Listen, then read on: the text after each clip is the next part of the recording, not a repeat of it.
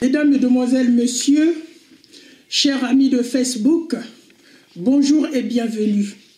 Avant de commencer, permettez-moi de commencer de vous expliquer le contexte qui m'a poussé de faire cette vidéo de façon rocambolesque. Tout est parti du harcèlement des musulmans qui attaquent Jésus en disant que tous les prophètes sont les messies de Dieu selon le psaume 105 verset 15.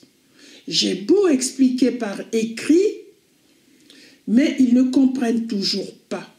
Le constat que j'ai fait, soit ils ne me lisent pas, soit ils sont figés par la version donnée par leur leader Abdul Majid, qui explique le psaume 105 verset 15 en disant que tous les prophètes sont des messies, y compris Mohamed, sous-entendu que Jésus est prophète autant que Mohamed, Jésus est messie autant que Mohamed.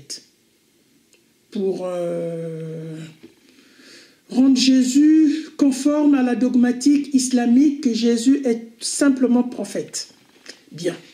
Dans la foulée du débat, j'ai promis faire cette vidéo que je publie dans la foulée également pour expliquer l'expression « les oins de Dieu » afin que ceux qui ne prennent pas le temps de me lire puissent au moins suivre directement mes explications.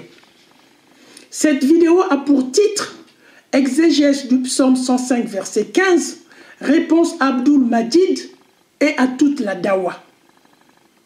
Avant de donner la méthodologie de cette présentation, regardons tout de suite un extrait vidéo sur l'intervention d'Abdul Majid sur le débat qu'il opposait au pasteur Mbota. Regardons. Merci beaucoup pour la parole.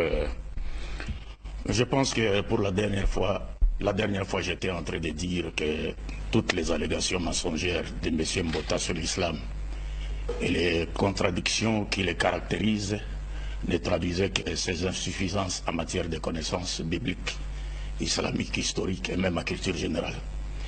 Et j'ai dit aussi que M. Mbota n'était pas habilité à faire l'exégèse biblique pour la simple et bonne raison qu'il n'a pas reçu une formation pastorale classique.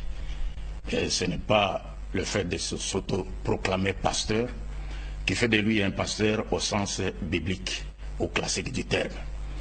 Et juste après notre débat, lors de notre débat même, je ne dirais même pas juste après notre débat, lors du débat même, je me suis aussitôt rendu compte que M. Mbota n'avait pas seulement le niveau de débattre avec moi, mais il n'avait pas aussi le niveau de débattre avec un seul de mes élèves, d'où qu'il soit, de France, Congo, ici, ou RDC, ou en Côte d'Ivoire. Et lors de ce débat même, je me suis aussitôt rendu compte que M. Mbota souffrait de 3 maladies. La première maladie, c'est qu'il a le manque, il souffre de la maladie du manque, il ne maîtrise pas la lettre. C'est-à-dire déjà les textes de la Bible, il ne les maîtrise pas, et il voudrait discuter avec moi sur l'esprit des textes bibliques. Donc c'est comme quelqu'un qui n'a pas fait le droit, qui ne connaît pas l'esprit de la loi, mais qui voudrait discuter avec les juristes, par exemple, sur l'esprit des articles de la Constitution. Et M. Mbota souffre encore d'une autre maladie, qui est celui de manquer l'intelligence du contexte, la connaissance du contexte. Ce qui le pousse parfois, les conséquences sont telles que lorsqu'il interprète un verset de la Bible, soit il le comprend hors de son contexte pour en faire un prétexte, ou alors il essaie de donner un autre sens qui est contraire à celui qui est visé par l'auteur. Et enfin, il y a une troisième maladie dont il souffre, c'est quoi? Le fait qu'il n'a pas suivi une formation pastorale classique. Il est maintenant condamné à faire quoi? À se contenter, à suivre moutonnièrement, n'est-ce pas, les avis de certaines personnes qui sont disponibles aujourd'hui sur le net. Donc, à partir du copier-coller, il voudrait un peu arranger son argumentaire, constituer son argumentaire et commencer à se prononcer sur des questions chrétiennes ou des questions islamiques. Donc les thèmes, je ne voudrais pas revenir sur ce qui s'est passé, parce qu'il y a même un extrait qui a été balancé il y a de cela quelques minutes. Je ne voudrais pas revenir sur cela, mais nous aurons quand même la vidéo, Inch'Allah, et nous allons essayer de faire un droit de réponse. Mais, j'aimerais qu'on rentre dans le vif du sujet. Moi, je ne vais pas aller par 4 chemins. Déjà, j'ai dit à M. Mbota qu'il ne maîtrise pas la Bible. Vous voyez, il vient de dire ici, il n'y a jamais eu de Messie avant Jésus.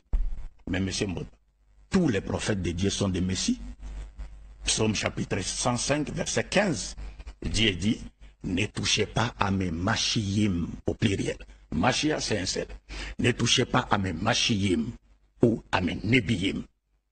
Je vais demander à mon frère de trouver les textes en hébreu et vous allez nous lire les textes en hébreu pour que vous compreniez cela. Tous les prophètes de Dieu sont des messies. Tous les prophètes de Dieu ont été choisis par Dieu. Tous les prophètes de Dieu étaient à leur époque respective des sauveurs. Mesdames, Mesdemoiselles, Messieurs, vous avez bien entendu les diatribes d'Abdul Majid envers son débatteur. Je cite, « Monsieur Mbota n'a pas suivi de formation pastorale. Monsieur Mbota n'a pas la capacité de lire le texte hébraïque. Monsieur Mbota n'a pas le niveau de débattre avec un seul de ses élèves, c'est-à-dire Labam qui est en Côte d'Ivoire, Karim Magnifique qui est ici en France, voilà ses élèves. Monsieur Mbota ne maîtrise pas la lettre de la Bible. Monsieur Mbota n'a pas l'intelligence du contexte. J'ai retenu de cet extrait vidéo l'ignorance d'Abdul Majid sur le verset du psaume 105, verset 15. L'ignorance qui est à l'origine du mensonge que colporte tout son public musulman sur ce verset. Pour Abdul Majid, tous les prophètes de Dieu, sans exception, sont tous des oints de Dieu. Et selon lui, Jésus n'est pas le seul oint de Dieu. Le disant, Abdul Majid envoie Jésus au même titre que Mohamed et au même titre, bien entendu, que tous les autres prophètes bibliques. Donc, Mohamed est un oint de Dieu sur la base du psaume 105, verset 15, selon Abdul Majid. Seule la Bible parlera pour enfin juger Abdul Majid devant ses élèves musulmans à partir de cette présentation. Voici, mesdames, mesdemoiselles, messieurs, chers amis de Facebook, comment je vais procéder pour répondre à Abdul Majid et à toute la dawa. Dans le premier chapitre, je vais examiner l'expression « oint de Dieu » dans la Bible afin de montrer que la Bible consacre à cette expression une utilisation plurielle. Donc, le premier chapitre, c'est une démonstration que l'expression « oint de Dieu » a une utilisation plurielle dans la Bible. Donc, on va faire l'étude progressivement. Ça, c'est dans le premier chapitre. Dans le deuxième chapitre, je vais examiner l'utilisation de l'expression « oint de Dieu » dans le psaume 105, verset 15, afin de donner son explication dans le contexte de ce verset même. Dans le troisième chapitre, nous allons aborder l'expression « Messie sauveur » qu'Abdul Majid attribue à tous les prophètes, y compris Mohamed, dans le contexte du psaume 105, verset 15. Dans le quatrième chapitre, enfin, qui est le dernier chapitre, je finirai avec une conclusion. Tout de suite, rentrons dans le vif du sujet et commençons avec le premier chapitre.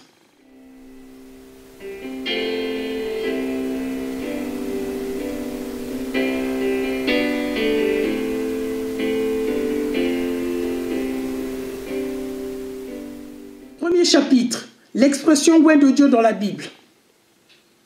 Mesdames, Mesdemoiselles, Messieurs, chers amis de Facebook, je rappelle l'objet de ce premier chapitre est de vous montrer que l'expression « oint de Dieu » a une utilisation plurielle.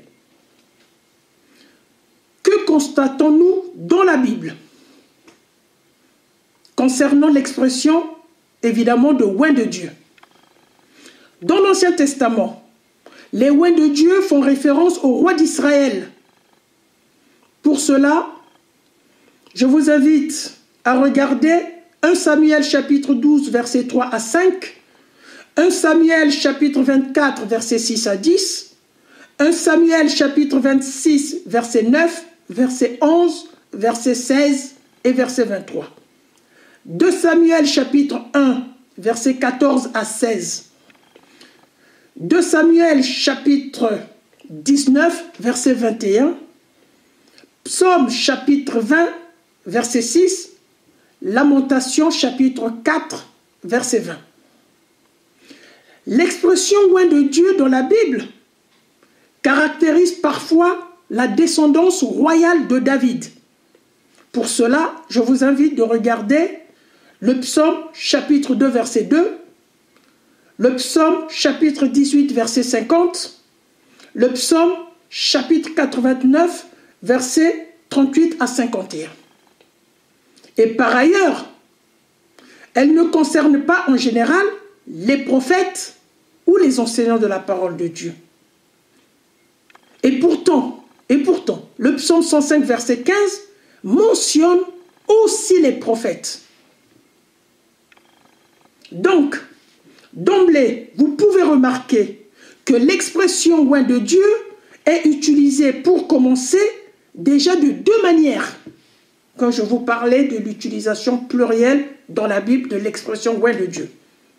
Un moment, elle fait référence au roi d'Israël et dans un autre moment, elle fait référence à la descendance de David. Nous allons voir dans le prochain chapitre, c'est-à-dire dans le deuxième chapitre, qu'elle fait aussi référence au patriarche. Donc, c'est cette fameuse utilisation plurielle de l'expression oint de Dieu dans la Bible. Si l'expression oint de Dieu est utilisée de plusieurs façons différentes dans la Bible, elle montre bien qu'elle prend un sens différent selon le contexte qu'elle est utilisée. Donc, dans le psaume 105, verset 15, on verra dans le prochain chapitre, le deuxième chapitre, dans quel contexte l'expression oint de Dieu est utilisée. Et ceci, bien entendu, en mettant le psaume 105, verset 15 dans son contexte. Le mot oint vient de façon générale, veut dire de façon générale être consacré. Et on remarque dans la Bible, de nombreuses personnalités bibliques étaient des oints de Dieu par rapport à une mission quelconque. Dans la Bible, Dieu oint pour une mission bien précise. Voilà. Donc, on est oint pour une mission. On n'est pas oint pour autre chose. On est oint pour une mission. Ceux qui étaient oints de Dieu l'étaient après avoir reçu l'onction d'huile. Ainsi, les rois et les prêtres et les sacrificateurs étaient des oints de Dieu. Ils étaient tous oints avec de l'huile pour qu'ils soient consacrés à leur fonction. Donc, c'est la mission qui est assignée à la fonction oindre. Quant à l'onction, on va dire, à l'onction de la consécration. Lorsqu'on consacre une personnalité biblique avec de l'huile, la personnalité biblique est consacrée selon une fonction bien précise à conduire, à assumer. On voit bien que le mot oint est l'épithète de la consécration à une fonction. Et l'expression oint de Dieu n'a rien à voir avec les prophètes, mais a un rapport simplement avec le choix de Dieu de oindre pour telle fonction assumée. Car d'autres fonctions en dehors de la fonction prophète sont aussi consacrées ou oints. Dans la Bible, par exemple, la fonction des rois la fonction des prêtres ou la fonction des sacrificateurs sont des fonctions qui sont ointes. Donc, ce qu'il faut retenir sur ce premier chapitre, l'expression oint de Dieu prend le sens de consacrer une mission quelconque ou le sens de consacrer à une sacralisation. Et de plus, elle est utilisée de plusieurs manières dans la Bible. Voilà. Donc, de ce premier chapitre, je viens de vous donner la preuve de l'utilisation plurielle de l'expression « oint de Dieu ».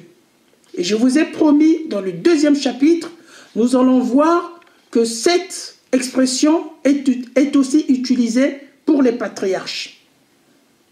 Ce qui nous ramène, naturellement, au prochain chapitre, qui est l'expression « oint de Dieu » du psaume 105, verset 15.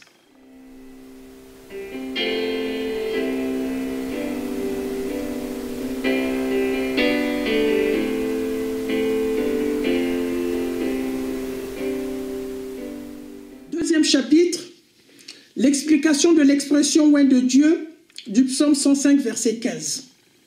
On rappelle le but de cette vidéo est d'observer bibliquement si tous les prophètes sont des oints de Dieu, comme le déclare Abdul Majid. Pour comprendre progressivement l'expression « oint de Dieu », analysons le passage du psaume 105, verset 15. Analysons ce passage dans son contexte, afin de comprendre quelles sont les personnalités bibliques désignées par le oint de Dieu. Le contexte du verset 15 du psaume 105 commence depuis le verset 8 jusqu'au verset 15. Ce que je vais faire, je vais lire le psaume 105, verset 8 à verset 11, puis tout de suite après, je vais lire le psaume 105, verset 12 à verset 14, pour terminer au psaume 105, verset 15. Voilà comment j'ai décidé, j'ai vu comment mettre le psaume 105, 15 dans son contexte. Donc, je reprends, je vais lire le psaume 105, verset 8. Le psaume 105, verset 8 à 11. Puis tout de suite après, je vais lire le psaume 105, verset 12 à 14, pour terminer au psaume, verset 105 à 15.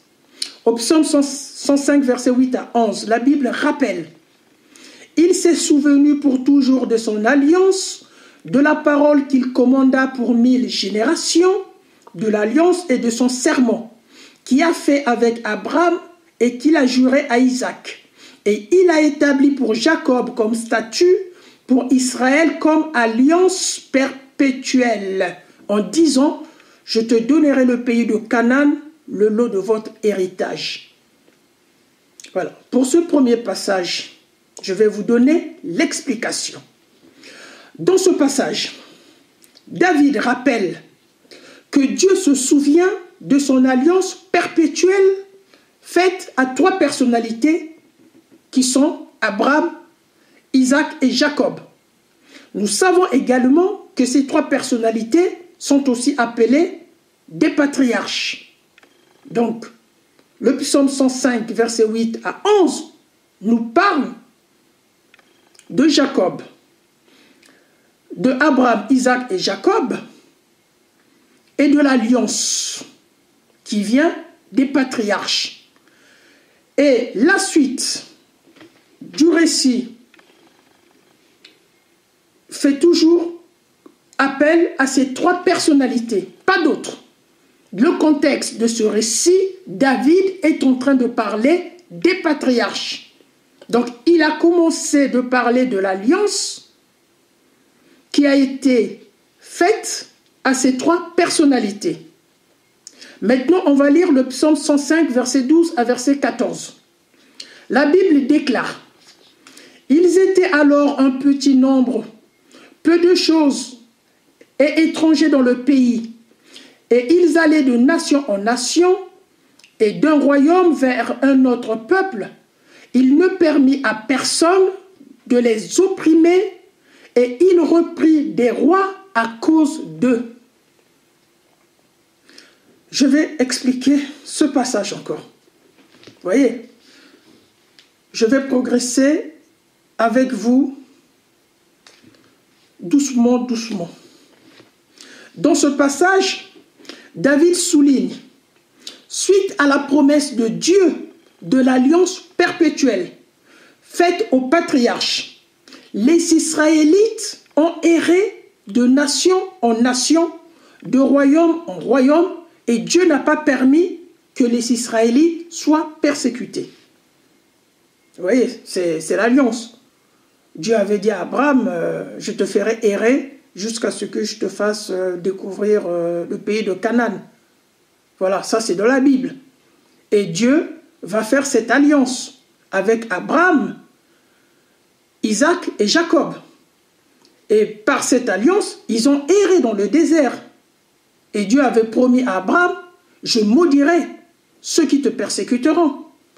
Et c'est ce que David rappelle. David rappelle que le livre de la Genèse. Dieu par David rappelle que le livre de la Genèse.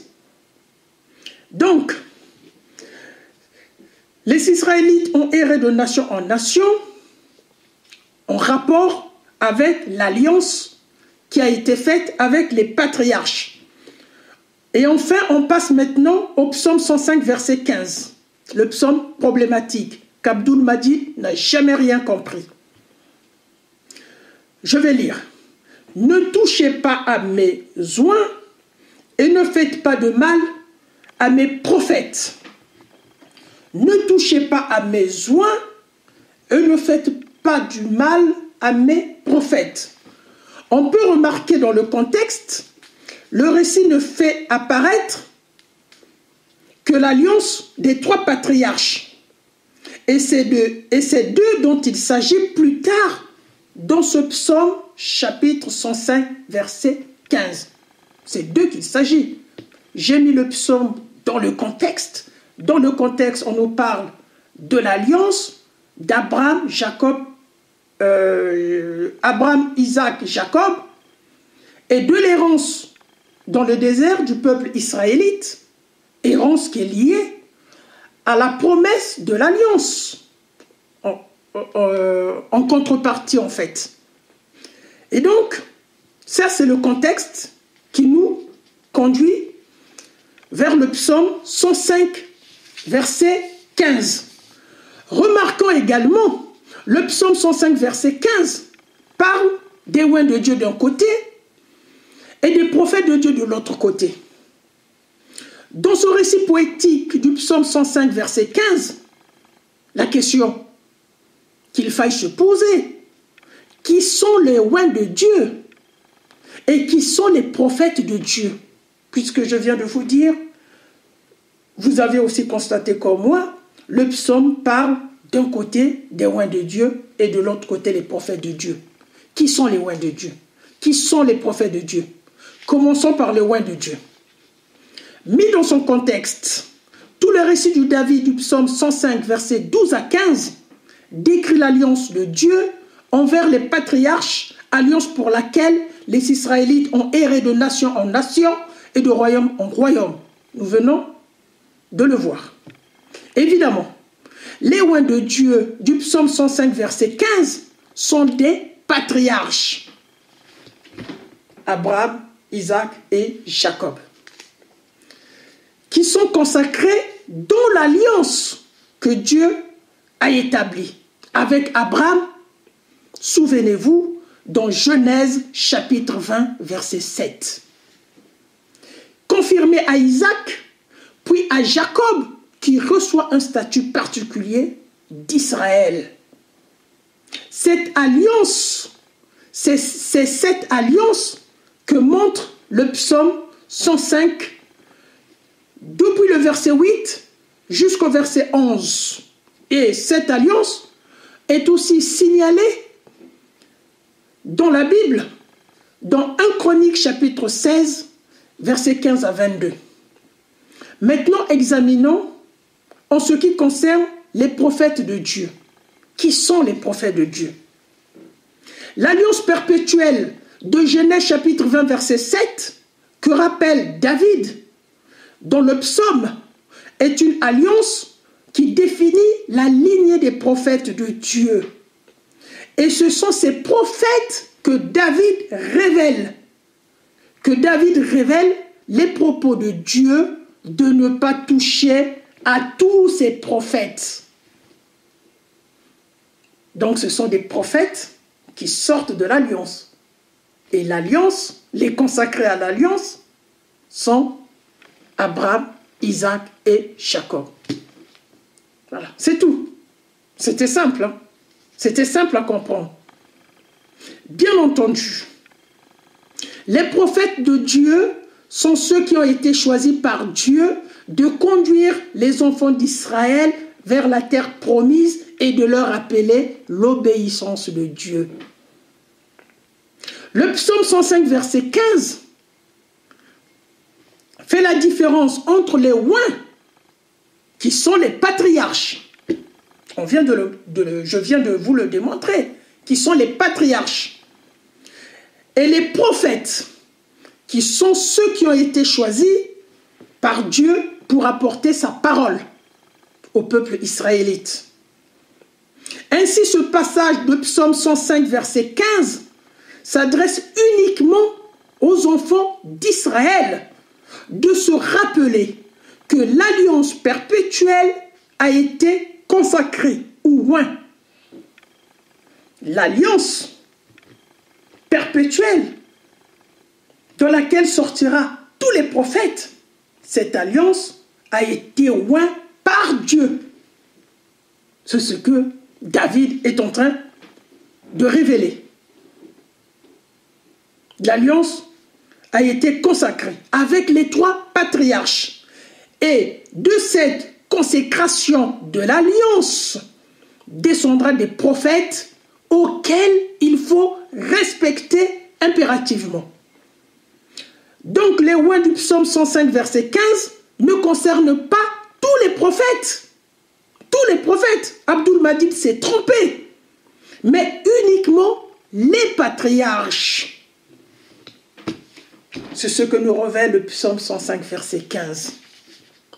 Les oints de Dieu dont il s'agit sont les patriarches, Abraham, Isaac et Jacob. Abdul Majid n'est pas très intelligent. Excusez-moi de l'expression. Hein. On peut se partager les vérités. Car la lecture attentive du psaume 105 verset 15 fait une distinction claire et nette entre les oints de Dieu et les prophètes. Rien que par cette distinction, on comprend aisément que tous les prophètes ne sont pas des oints de Dieu.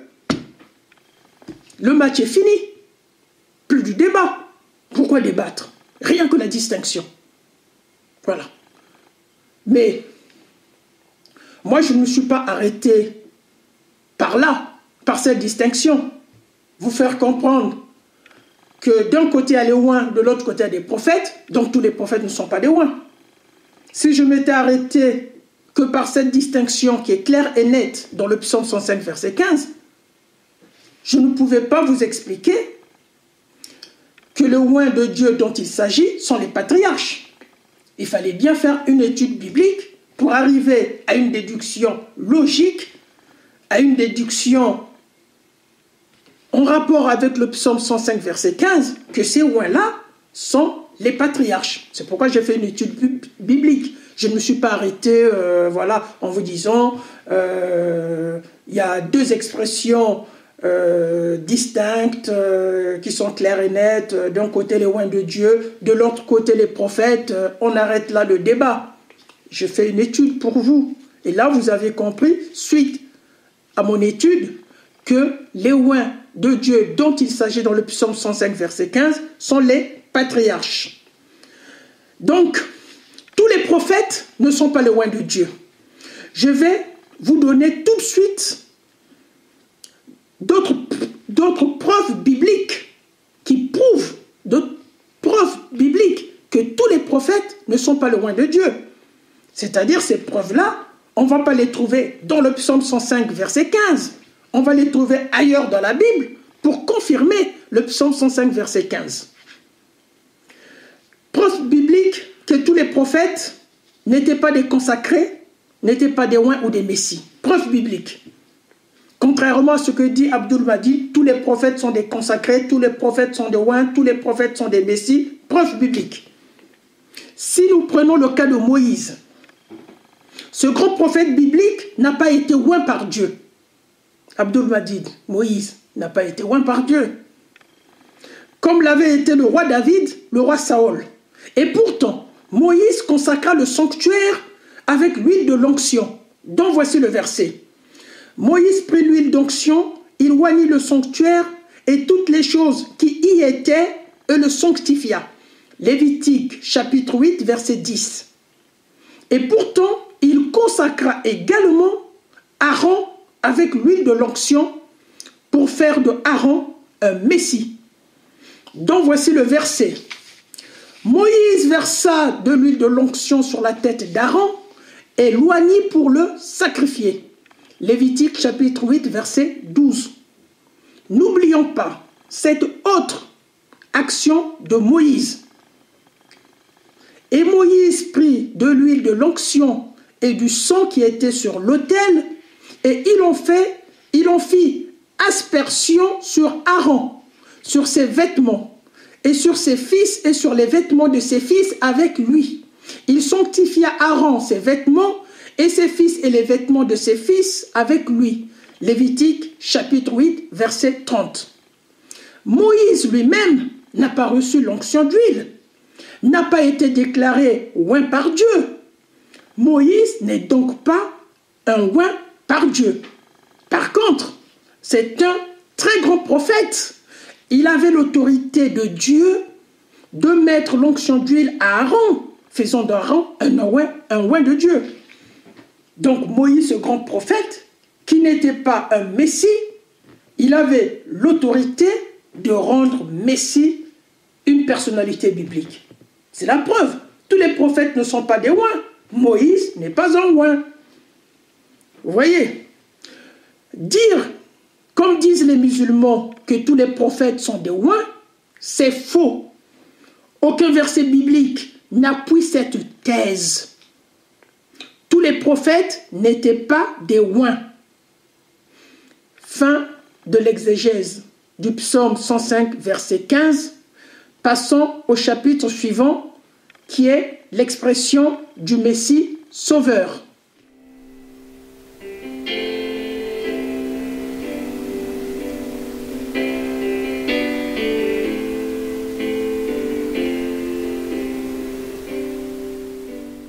Troisième chapitre, l'expression Messie sauveur. Pour Abdul Majid, tous les prophètes sont en même temps des messies et des sauveurs, sur la base du psaume 105, verset 15. Je vous ai montré, à partir du deuxième chapitre de cette présentation, qu'Abdul Majid s'est trompé. C'est pas grave. Bon, bien qu'il s'est trompé, il a parlé de Messie sauveur. On ne va pas s'arrêter là. On sait qu'il s'est trompé, mais on peut quand même, je dois quand même expliquer, aller en profondeur avec l'expression Messie sauveur. Voilà. Donc, ce qui fait, selon Abdul Majid, sur la base du psaume 105, verset 15, tous les prophètes sont des messies sauveurs. À partir du moment où Abdul dit tous les prophètes sont des messies, tous les prophètes sont des sauveurs. Mohamed, c'est le sauveur de l'humanité. Jésus, c'est le sauveur rien que pour le peuple juif. C'est ce qu'ils disent, la dawa, Abdul Majid, en premier. Donc, messie et sauveur fait que tous les prophètes sont des messies sauveurs. Ce qui est faux, car Abdul Majid se trompe et blasphème. En effet, le psaume 105, verset 15 ne le dit pas et aucun verset biblique ne soutient la thèse que tous les prophètes sont des messies sauveurs. Tous les oints de Dieu ont certes le titre de messie, mais jamais tous les oints de Dieu ont le titre de messie sauveur. Et c'est la Bible elle-même qui nous laisse l'entendre ainsi. Comme on peut le constater, les prophètes, tous les prophètes, la plupart plutôt, beaucoup de prophètes, à plusieurs reprises, annoncent le Messie sauveur ou le Messie libérateur qui viendra parmi le peuple. Donc, si les prophètes annoncent le Messie sauveur, le Messie libérateur qui viendra, qui est attendu, dire comme Abdul Majid, tous les prophètes sont des Messies sauveurs, c'est être un gros nulard. C'est être un gros nulard. Donc, la différence entre les Messies se situe sur la fonction assignée. Ça, je voulais expliquer. On l'a vu dans le premier chapitre. L'utilisation plurielle de l'expression « oint de Dieu ». C'est en fonction de la mission assignée. Donc, l'expression « oint de Dieu », comme j'ai vu avec vous dans la Bible, prend le sens selon le contexte qu'il est utilisé. Dans le cas du psaume 105, verset 15, il est utilisé dans le sens de la consécration de l'alliance faite avec les 3 patriarches. D'accord? Le Messie sauveur, attendu par les enfants d'Israël, était signalé pour la première fois par Moïse dans Deutéronome chapitre 15, verset 18, répété dans Deutéronome chapitre 18, verset 18. « Je leur susciterai du milieu de leurs frères un prophète comme toi. Je mettrai mes paroles dans sa bouche et il leur dira tout ce que je lui commanderai. » La prophétie de Moïse annonce un seul Messie sauveur pour les Israélites. Moïse, qui est le premier qui annonce le Messie sauveur, il annonce un seul. Il n'annonce pas plusieurs. Pourquoi aller dire tous les messies, tous les prophètes sont des messies? De toute façon, on l'a démontré avec le psaume 105, 15, c'est faux. D'accord? On l'a démontré. Mais là, vous voyez, en faisant l'étude, on arrive au même résultat. Au même résultat, tous les prophètes ne sont pas des messies. En continuant l'étude, les résultats qui se confirment ne fait que se cumuler. Depuis que Moïse a prophétisé le Messie sauveur ou le Messie libérateur, de nombreux prophètes après lui ont prophétisé le même Messie, qui viendra libérer et sauver Israël. Une preuve supplémentaire que les prophètes ne sont pas des Messies sauveurs, comme le soutient Abdul Majid, puisque les prophètes eux-mêmes annoncent la venue d'un Messie sauveur. Alors, quelle est finalement la différence entre les oints de Dieu, qui sont les Messies, à part entière consacrés par Dieu, et le Messie sauveur lui-même? Quelle est la différence entre les oints de Dieu et le Messie sauveur? Je vais démontrer à partir de l'attente messianique du peuple juif que l'expression oint de Dieu prend le sens dans lequel il est utilisé. Pour assimiler cette différence entre les prêtres et les rois oints de Dieu et le Messie libérateur à venir, il faut d'abord comprendre le contexte de toutes les prophéties qui annoncent la venue d'un Messie libérateur dans la Bible. Toutes les prophéties bibliques qui annoncent le Messie sauveur l'annoncent dans le sens du sauveur d'Israël ou de libérateur d'Israël dans un premier temps uniquement. Et dans un deuxième temps, le Messie sauveur aura un rôle universel mondial depuis Jérusalem. Il aura également une connexion spéciale avec Dieu, telle est l'attente juive du Messie à venir. Un Messie sauveur d'Israël, l'attente juive, depuis des siècles jusqu'à aujourd'hui. Et cette attente juive correspond bien sur la personne de Jésus. Mais là, voilà, on n'est pas encore sur la personne de Jésus. Mais on peut voir, on peut constater ces correspondances-là. L'attente juive, je parle de l'attente juive réelle. Vous pouvez aller à l'ambassade d'Israël, vous renseigner, contacter un rabbin, vous renseigner. L'attente juive, c'est un Messie sauveur d'Israël, libérateur d'Israël dans un premier temps, et dans un deuxième temps, ce Messie aura un rôle universel, mondial, depuis Jérusalem. Donc on peut dire Jérusalem sera la capitale mondiale du Messie. Il aura une connexion spéciale avec Dieu. Et là, ça rejoint l'évangile. L'évangile dit bien que Jésus, l'évangile annonce la relation spéciale père et fils. La relation spéciale père et fils. L'évangile annonce. Et l'attente messianique, aujourd'hui en Israël, c'est ça. Le Messie aura une relation spéciale avec Dieu. Voilà. Donc, le Messie attendu est un Messie sauveur, un Messie libérateur, dans le sens de sauveur de toute l'humanité. Ce qui veut dire, il viendra à Jérusalem pour Israël et pour les nations, et pour toutes les nations. Telle est la caractéristique particulière du Messie attendu.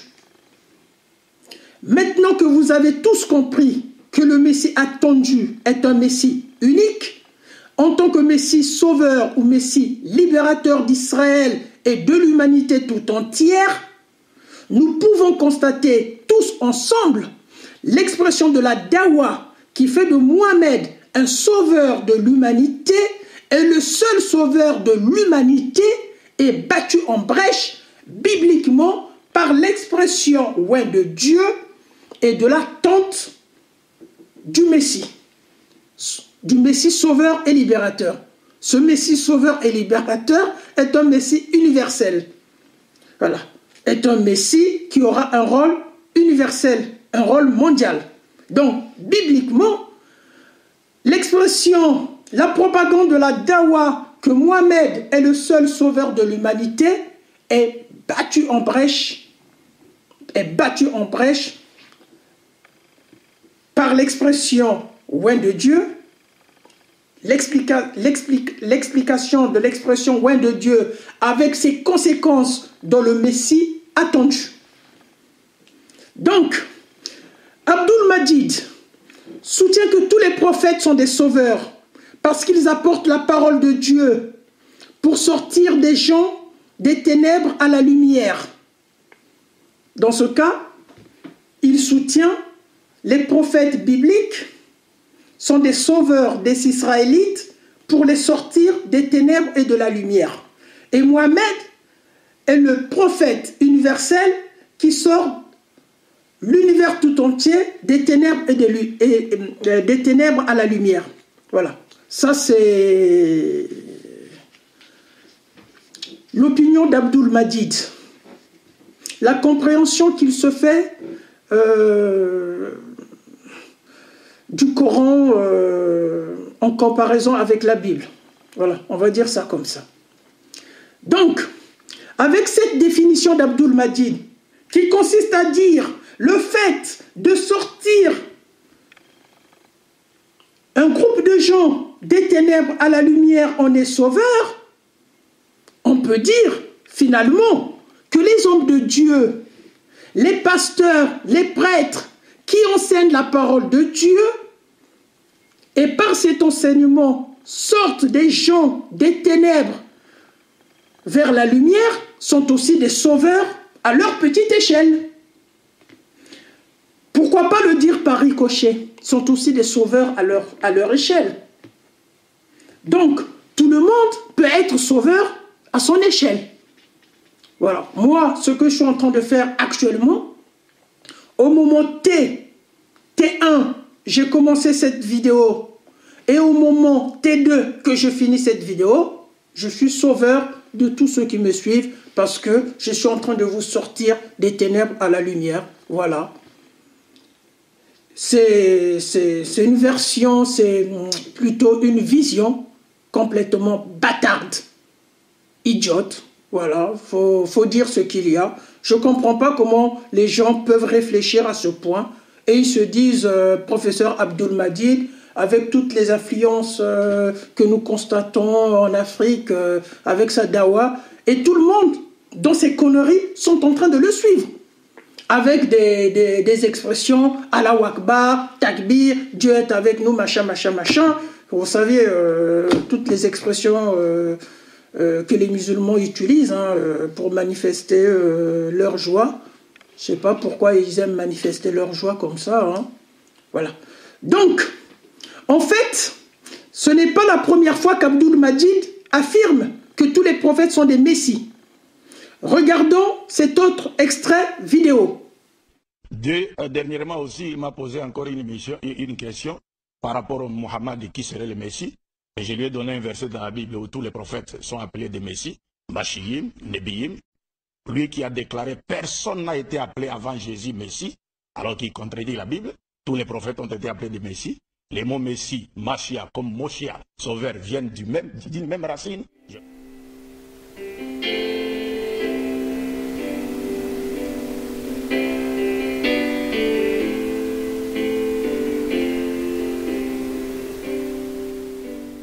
Mesdames, Mesdemoiselles, Messieurs, nous allons maintenant conclure notre présentation. Abdul Majid véhicule une compréhension fausse du psaume 105, verset 15. Il ne comprend pas le contexte de ce psaume. Il ne comprend pas la Bible.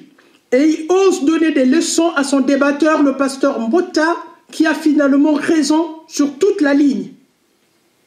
Le psaume 105, verset 15, consacre l'expression « loin de Dieu » uniquement aux patriarches et en aucun cas à tous les prophètes. Abdul Majid est un menteur. Non seulement il a fait de tous les prophètes des messies, il a aussi fait de tous les prophètes des sauveurs. Finalement, il a fait consommer à son public musulman que tous les prophètes sont des messies sauveurs. Si tous les prophètes sont des messies sauveurs, chacun à son échelle, selon Abdul Majid, mais ce qui est important en spiritualité, c'est de savoir qui est celui qui a le dernier mot pour le salut. C'est celui-là qui est le sauveur. Dire qu'un prophète est un sauveur, c'est ne pas avoir de la maturité spirituelle. C'est tenir, à mon sens, un langage terre à terre. Je ne peux pas penser comme ça. Je ne peux pas penser comme ça. Un croyant, quelqu'un qui est affermi, il voit beaucoup plus loin. Et en voyant beaucoup plus loin, on ne voit pas le prophète. On voit directement Dieu lui-même. C'est celui-là le sauveur. Ce n'est ni un prophète qui est le sauveur. Ce n'est ni un ange de Dieu qui est le sauveur. Mais seul Dieu qui a le dernier mot. C'est lui seul qui reste le sauveur de l'humanité. D'accord? Je peux comprendre, dans le contexte qu'Abdul Majid a utilisé le mot sauveur, je comprends ce contexte. Il a utilisé le mot sauveur dans le sens de sortir quelqu'un ou un peuple des ténèbres vers la lumière. Je comprends. Je sais. Dans toutes les langues, les mots, les expressions prennent le sens dans les phrases dans lesquelles les mots ou les expressions sont insérés. Donc je comprends tout ça, qu'Abdul Majid ne me prenne pas pour quelqu'un qui n'a pas compris ce qu'il voulait dire par là. Si j'ai compris ce qu'il voulait dire, et je trouve son raisonnement bidon, pourquoi? Malgré que j'ai compris, parce que c'est un manque de maturité spirituelle. Quand on a de la maturité spirituelle, on ne s'attarde pas à ces choses minables qu'un prophète soit le salut de l'humanité. On ne s'attarde pas à ça, c'est minable spirituellement. Le salut de l'humanité, c'est un attribut propre à Dieu tout seul. Voilà, quand on a de la maturité spirituelle, voilà ce qu'on vise. Et voilà ce qu'on explique aux autres. Donc, il y a un seul Messie, sauveur. Plutôt, je vais d'abord dire ceci. Les Messies sauveurs dont Abdul Majid, les Messies sauveurs, pardon, d'Abdul Majid, qui sont tous les prophètes, dont Mohammed est qualifié comme Messie sauveur de l'humanité, sont des faux Messies sauveurs. Sinon, il faut que les musulmans puissent dire Al-Mashiach Mohammed. Ça sera un blasphème. Al-Mashi à Mohamed, ça sera un blasphème. Donc, le sauveur, c'est Dieu. Et si le sauveur, c'est Dieu, et le Messie sauveur qui vient sauver toute l'humanité, le Messie sauveur, le Messie sauveur est qui dans ce cas? Il y a un seul Messie sauveur de l'humanité, c'est Dieu lui-même. Le Messie sauveur, c'est Dieu. Et c'est ce que nous dit l'Évangile. L'Évangile nous dit, la parole de Dieu s'est faite chair dans la personne de Jésus, et c'est lui le véritable Messie sauveur. Le Messie sauveur, à la fin des temps, c'est la parole de Dieu. C'est la parole de Dieu, à la fin des temps, qui va décider sur le salut de l'humanité. Donc, dans le premier extrait vidéo, Abdul Majid dit « Monsieur Mbota n'a pas suivi de formation pastorale. Monsieur Mbota n'a pas la capacité de lire le texte hébraïque. Monsieur Mbota n'a pas le niveau de débattre avec lui. Monsieur Mbota n'a pas le niveau de débattre avec un seul de ses élèves. Monsieur Mbota ne maîtrise pas la lettre de la Bible. Monsieur Mbota n'a pas l'intelligence du contexte. » Finalement, toutes ces diatribes qu'il a prononcées se retournent contre lui. Contre lui. C'est lui, Abdul Majid, qui n'a pas l'intelligence du contexte. Moi, j'ai mis le verset Psaume 105, verset 15 dans le contexte. Et voilà, la vidéo, je vais la publier. Mais contestez ma vidéo, contestez. Que la dawa ait le courage de faire des objections. Voilà. Que la dawa ait le courage de me contredire. C'est quand même Abdul Majid que j'attaque ici. C'est quand même Abdul Majid que je suis en train de démontrer devant vous. C'est un simple ignare. C'est un simple ignorant. C'est lui qui n'a pas l'intelligence du contexte. C'est lui qui n'a pas la maîtrise de la lettre de la Bible. C'est lui qui n'a pas le niveau de débattre avec moi. Voilà. C'est lui. Mais lui, Abdul Majid, je l'ai qualifié de fugitif. Parce que moi, j'habite en Europe, je ne suis pas sûr de le croiser pour débattre avec lui. Simplement, il n'est pas fugitif, mais c'est moi, je l'ai qualifié de fugitif. D'accord? Et Abdul Majid lui-même, quand il dit que le pasteur Mbota n'a pas suivi de formation pastorale, peut-être lui, il a suivi de formation pastorale, hein, on ne sait jamais. Hein. Il y a des chrétiens après qui se convertissent musulmans. Moi, je ne connais pas sa vie. Hein. Pour ça, je ne le juge pas, mais je le juge sur des points suivants. Abdul Majid n'a pas l'intelligence du contexte. Ça se retourne contre lui. Abdul Majid n'a pas la maîtrise de la lettre de la Bible. Ça se retourne contre lui. Abdul Majid n'a pas le niveau de débattre avec moi. Ça se retourne contre lui. Voilà. Fin de cette présentation. Cette vidéo est à présent terminée. Que le Seigneur soit votre bouclier. Merci de votre fidélité. Au revoir et à bientôt.